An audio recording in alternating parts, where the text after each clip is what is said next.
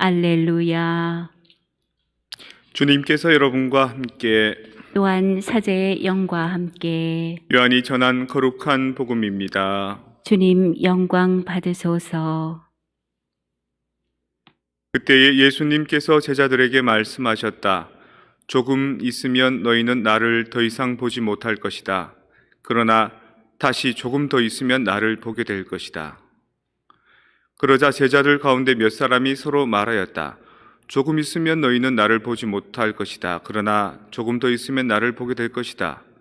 또 내가 아버지께 가기 때문이다 하고 우리에게 말씀하시는데 그것이 무슨 뜻일까? 그들은 또 조금 있으면 이라고 말씀하시는데 그것이 무슨 뜻일까? 무슨 이야기를 하시는지 알 수가 없군 하고 말하였다.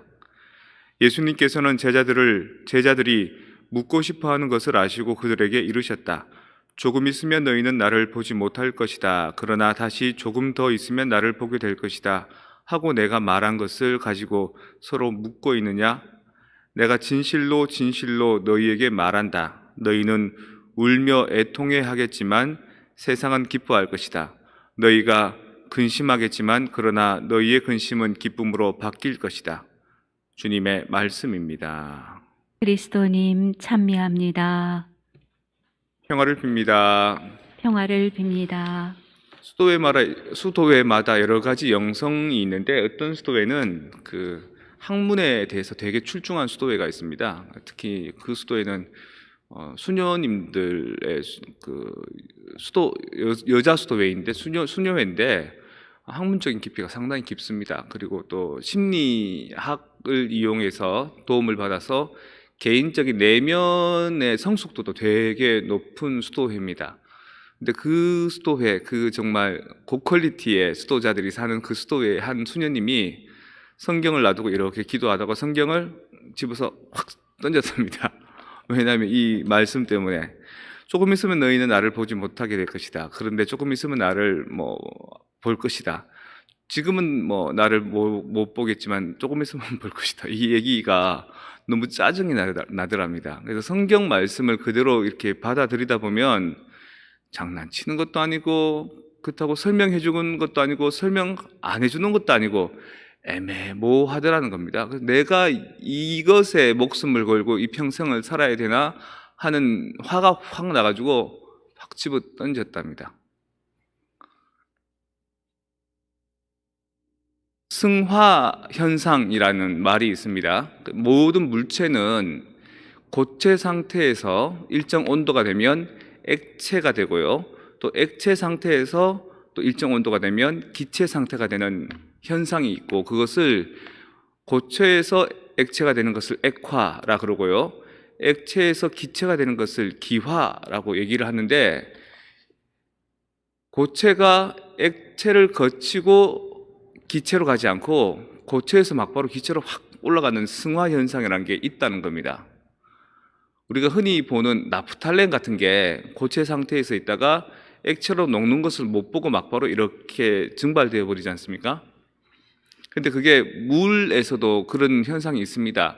요세미티나 아니면 그 세코야 같은 데 가면 지금도 아마 눈이 이렇게 쌓여 있잖아요. 근데 이게 녹지 않습니다. 녹지는 않는데 이게 조금씩 줄어듭니다. 기화돼서 날아가 버리는 거죠. 예수님께서 하신 말씀이 그런 겁니다. 우리가 납득할 수 있는 고체에서 액체가 되고 액체에서 기체가 되가는 이 단계, 이해의 단계가 있는데 이걸 거치고 확 이렇게 가버리는 거죠. 예수님의 말씀이. 또 그것을 어떻게 보여주냐면 사람이 죽었다가 다시 살아나고 살아나서 갑자기 승천해버리고 승화돼버리는 겁니다. 오늘이 사실 예수님 승천 축일입니다. 부활하신 지 40일째 되는, 그리고 부활하신 지 50일째 되는 오순절, 5오자에 8순자가 되는 그 다음 주 주일이 성령 강림 대축일입니다. 근데 교회에서는 신자들에게 더 많은 예수님 승천 대축일을 지내기 위해서 이동해서 많이 지내오죠. 다음 주 주일로. 근데 원래는 오늘이 승천 대축일입니다.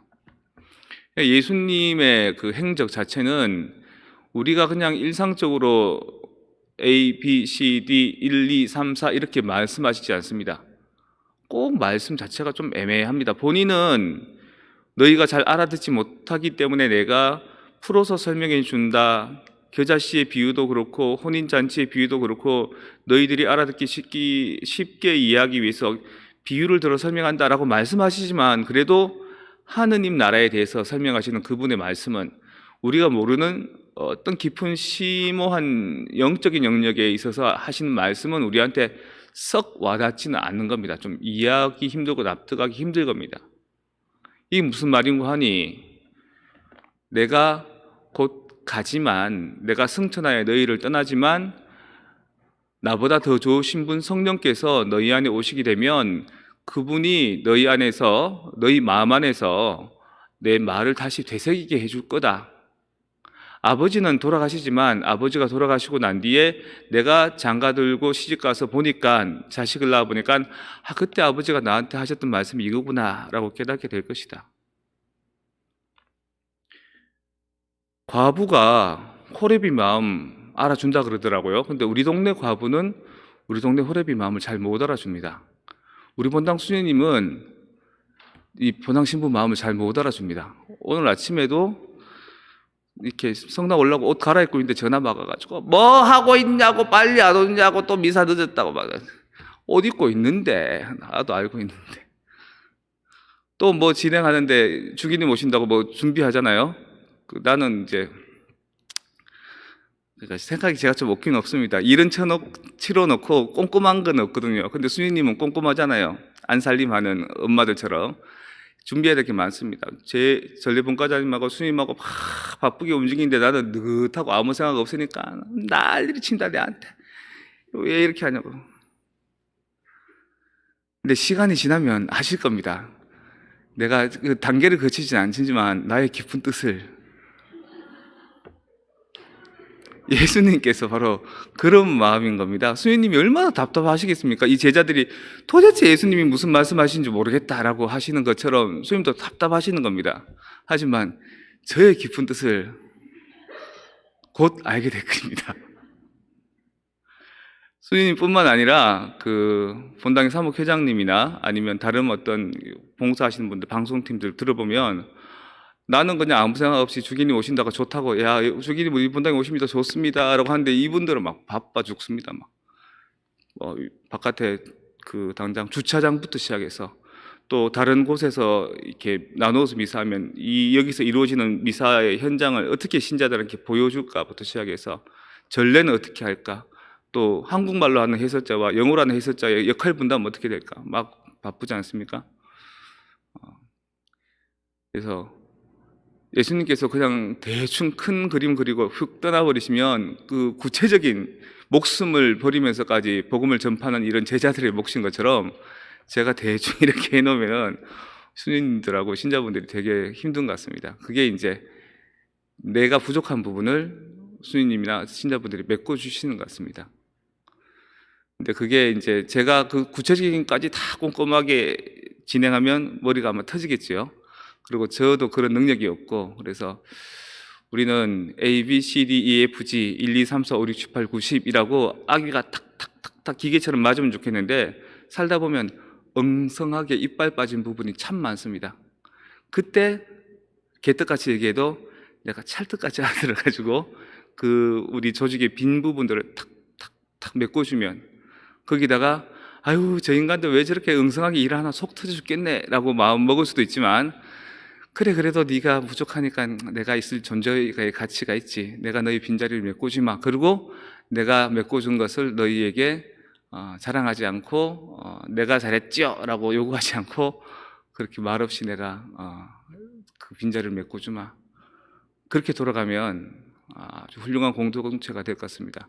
아버지가 바지를 사왔는데 바지가 큽니다. 그래서 집에 우리 내 바지 큰데 누가 10cm만 잘라줘 그랬는데 그 다음날 보니까 반바지가 돼 있다는 겁니다. 부인이 반 자르고, 큰 딸이 반 자르고, 작은 딸이 반 자르고, 막내 아들도 반 자르고 10cm가 아니라 50cm를 잘라버린 겁니다. 아빠가 기분 좋더랍니다. 아 좋다, 내 바지가 반바지가 돼 좋다. 내가 한마디 했지만 다 알아서 이렇게 잘라주니까.